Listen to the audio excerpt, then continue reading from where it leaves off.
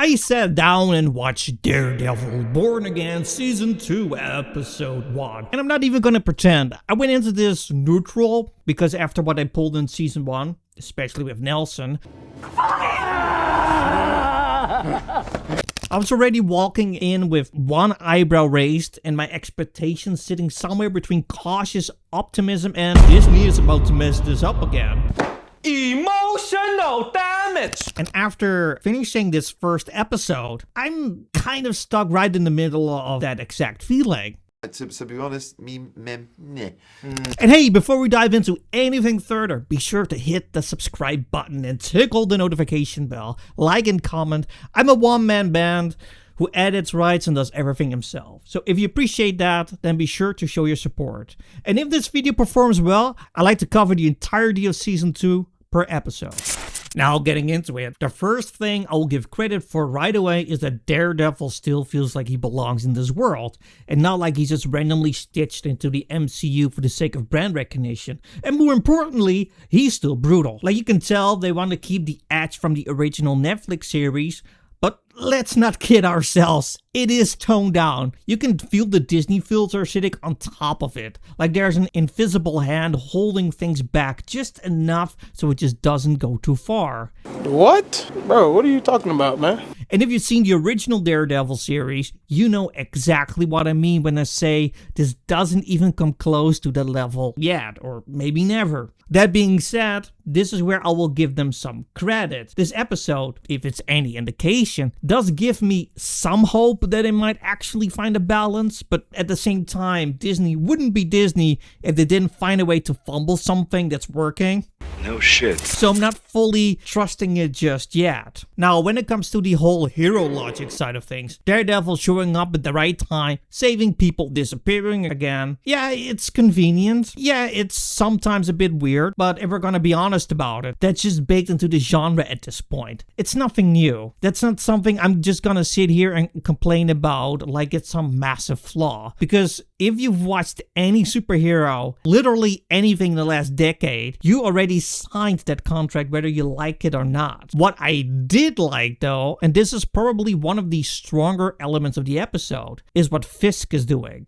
Because the whole AVTF angle and misusing vigilantes, framing Frank Castle, twisting the narrative to make people like Daredevil and Punisher look like the problem instead of the solution. That is such a Fisk move. It is calculated, it is manipulative, and it's exactly how you'd win over a city like New York by making people believe you're the one cleaning up the streets while you're actually just reshaping the narrative to fit your agenda. And speaking of Fisk, Vincent D'Onofrio, because let's just say his name properly and subscribe because, you know, I deserve that for pronouncing his name right, he is still killing it. Like the way he switches between this composed political figure and this absolutely unhinged monster who would either kill you on the spot or make you disappear without a second thought. That duality is actually what makes Wilson Fisk such a compelling villain.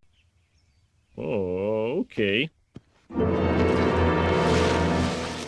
And every time he's on screen, the show just levels up. But here's where I start having my issues again. Because for a show called Daredevil, I do feel like we're just not getting enough Daredevil. Like there's a lot of talking, a lot of politics, a lot of Matt and Karen hiding, discussing planning, which is fine in moderation, but this was always a character that thrived in action, in tension, in those brutal hallway fights that made you feel every punch. And right now it feels like they're leaning a bit too much into the talking about things instead of actually showing them. But what does that have to do with it? No. He's got a point. And maybe part of that is because this picks up right where season 1 left off, but I'm just gonna be completely honest here. Even with the recap, I had one of those moments or realizations where I was like, oh, right, that's where we are. And maybe that's on me. Maybe I just didn't care enough about season 1 to remember every detail. But it did make the start feel a bit disjointed. Not a deal breaker, just one of those small things that just takes you out for it for a second. Now we also have to talk about the bigger picture here. Because with Punisher officially being part of the MCU now, and Daredevil already showing up in a Spider-Man movie, even if it was a brief cameo, it does open the door for a lot of interesting possibilities. Like the idea that, perhaps Spider-Man could show up, or that these characters could actually start crossing over more naturally, which on paper sounds amazing. But again, this is Marvel under Disney, so it could either be incredible or completely watered down depending on how they handle it. How? I don't know!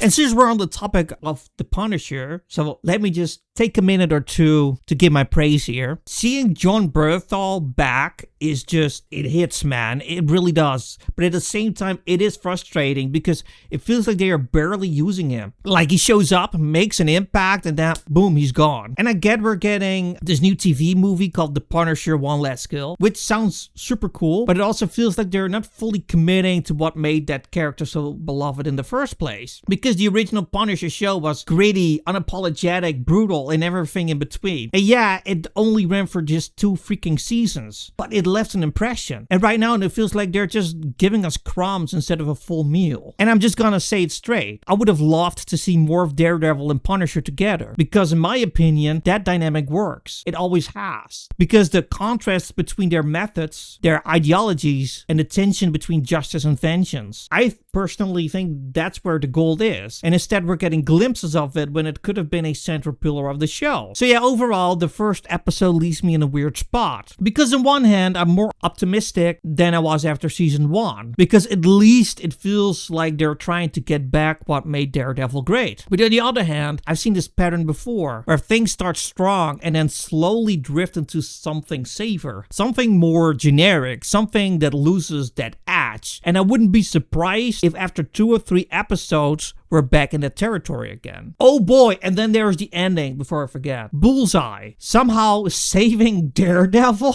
Oh, come on! Which honestly had me scratching my head, because last time I checked, the guy is not exactly the help out your enemy type.